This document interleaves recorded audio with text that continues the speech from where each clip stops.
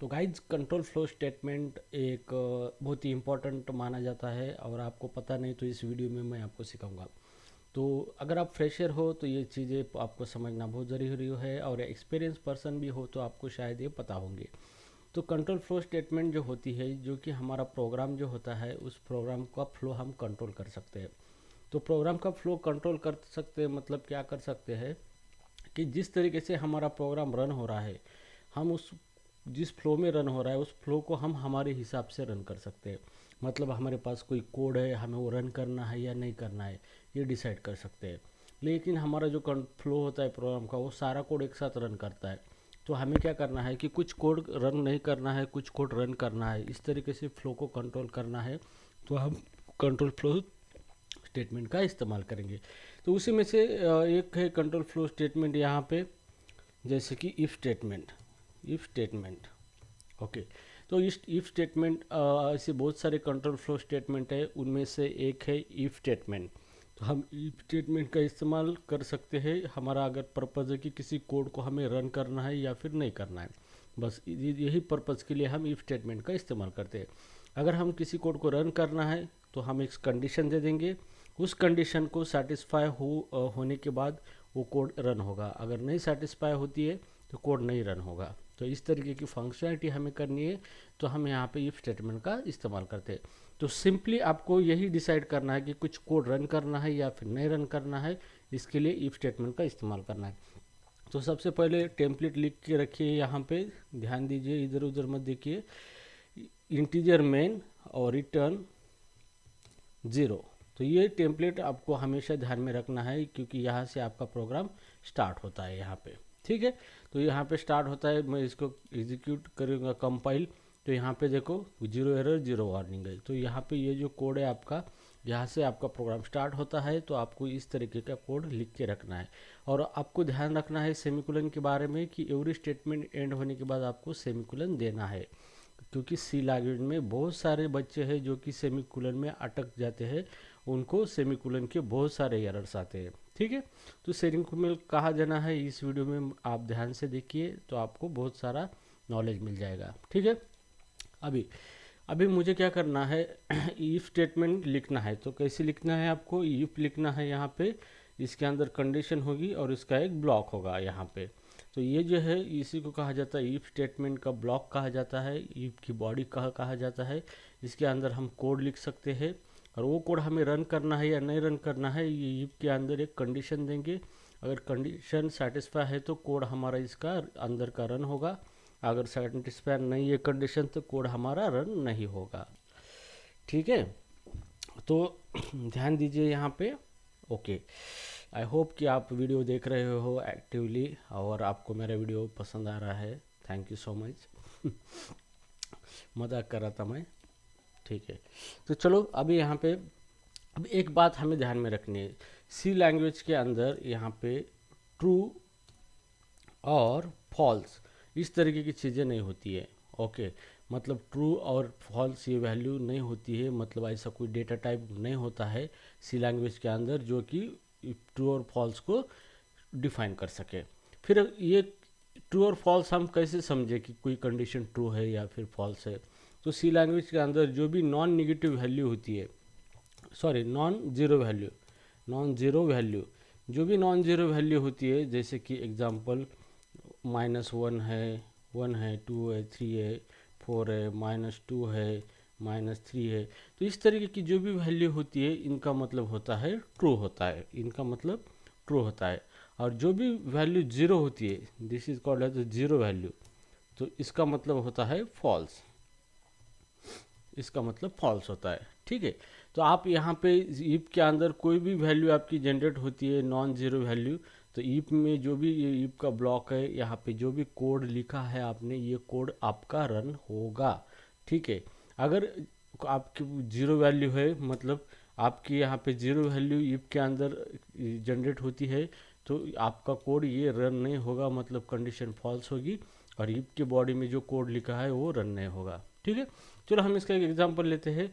जैसे मैं यहाँ पे 1 दे दूंगा यहाँ पे, तो 1 का मतलब क्या होता है, यहाँ पे नॉन जीरो वैल्यू है, तो मतलब इफ की कंडीशन ट्रू हो रही है। जैसे भी इफ ट्रू होता है तो यहाँ पे बॉडी उसकी रन होती है। तो हम यहाँ पे मैसेज प्रिंट करेंगे प्रिंट एफ यहाँ पे। तो न्यू लाइन पे मैसेज हम देना है तो /n welcome in control flow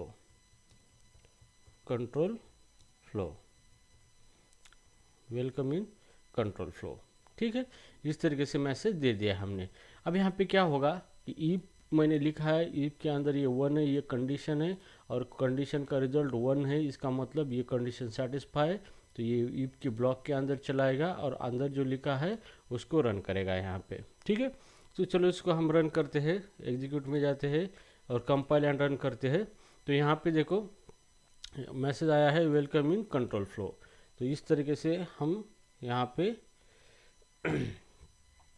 इसको मैं जूम इन कर देता हूँ, zoom, welcome in control flow. तो ये मैसेज हमारा आ चुका है। तो ये मैसेज हमने यहाँ पे लिखा है, यहाँ पे ईफ की बॉडी के अंदर। तो ये मैसेज यहाँ पे आ चुका है। साथ में एक वार्निंग भी आई है, जो भी हम प्रिंटफ फंक्शन इस्तेमाल कर रहे हैं ये फंक्शन का ये कंपैटिबल नहीं है, मतलब इसकी सिग्नेचर उसको नहीं मिल रही है। तो ये वार्निंग जाने के लिए हमें क्या करना है, एक हेडर फाइल को इंक्लूड करना है यूजिंग #include डायरेक्टिव stdio.h। इस तरीके से फाइल को हम क्या करेंगे, इंक्लूड करेंगे। तो उसके अंदर ये प्रिंटफ फंक्शन का सिग्नेचर लिखा हुआ है। ठीक है गाइज, ओके। तो हम फिर से इसको क्या करते हैं, जो पहला हमारा एग्जीक्यूट हुआ था यहाँ पे, इसको क्लोज कर देते हैं और फिर से हम इसको कंपाइल एंड रन करते हैं, एग्जीक्यूट करते हैं। तो यहाँ पे देखो मैसेज आया है वेलकम इन कंट्रोल फ्लो, जो मैसेज हमने इफ के अंदर दिया था यहाँ पे ये मैसेज, ओके। और यहाँ पे देखो 0 एरर और 0 वार्निंग आ चुकी है यहाँ पे। ठीक है, अब हम देखेंगे दूसरी वैल्यू देखिए, जैसे कि हम यहाँ पे कंडीशन को फॉल्स करेंगे, 0 वैल्यू देंगे यहाँ पे। तो 0 वैल्यू देंगे हम, जैसे कि मैं यहाँ पे 0 देता हूँ। तो 0 वैल्यू देने के बाद क्या होगा, ये हमारा ईफ का जो कंडीशन है ये फॉल्स होगा। ठीक है, और जैसे फॉल्स होगा तो ईफ के अंदर जो लिखा है वो प्रिंट नहीं होगा, वो एग्जीक्यूट नहीं होगा। तो चलो इसको एग्जीक्यूट करेंगे यहाँ पे और कंपाइल एंड रन करेंगे इसको।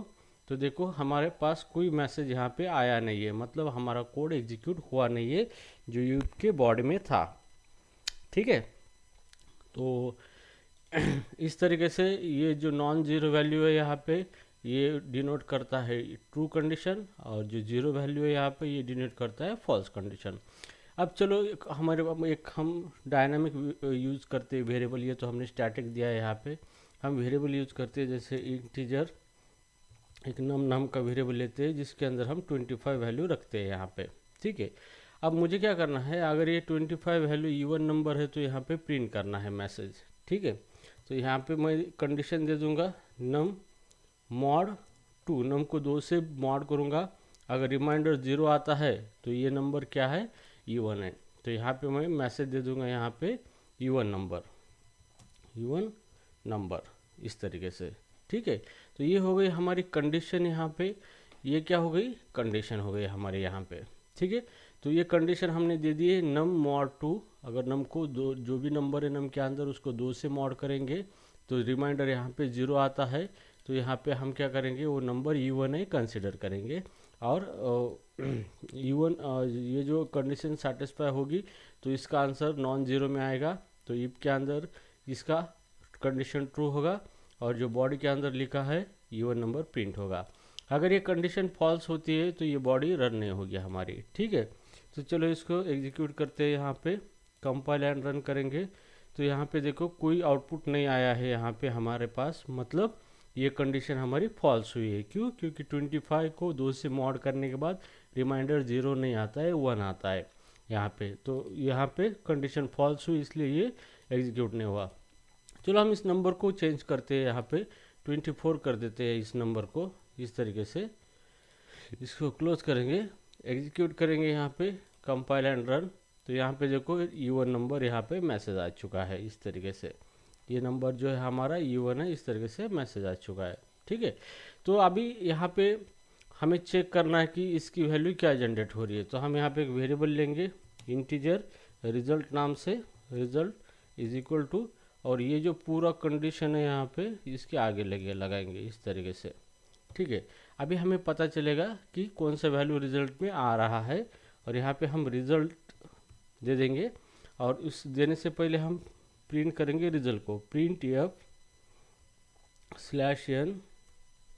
/n और हम इंटीजर वैल्यू प्रिंट कर रहे हैं इसलिए %d और यहाँ पे कॉमा, जो भी वैल्यू रिजल्ट की है रिजल्ट यहाँ पे इस तरीके से हम दे देंगे यहाँ पे।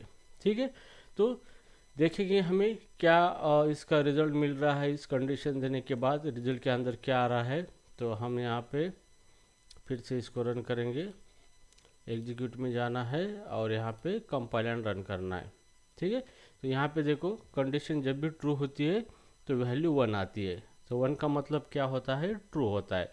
तो इफ के अंदर 1 आ रहा है और 1 आने के बाद इफ का बॉडी रन हो रहा है यहाँ पे, जो जिसके अंदर हमने प्रिंट किया है E1 नंबर। तो गाइस इस तरीके से क्या होता है, आपका इफ स्टेटमेंट रन होता है और वर्क होता है, उसके अंदर कंडीशन इस तरीके से दी जाती है।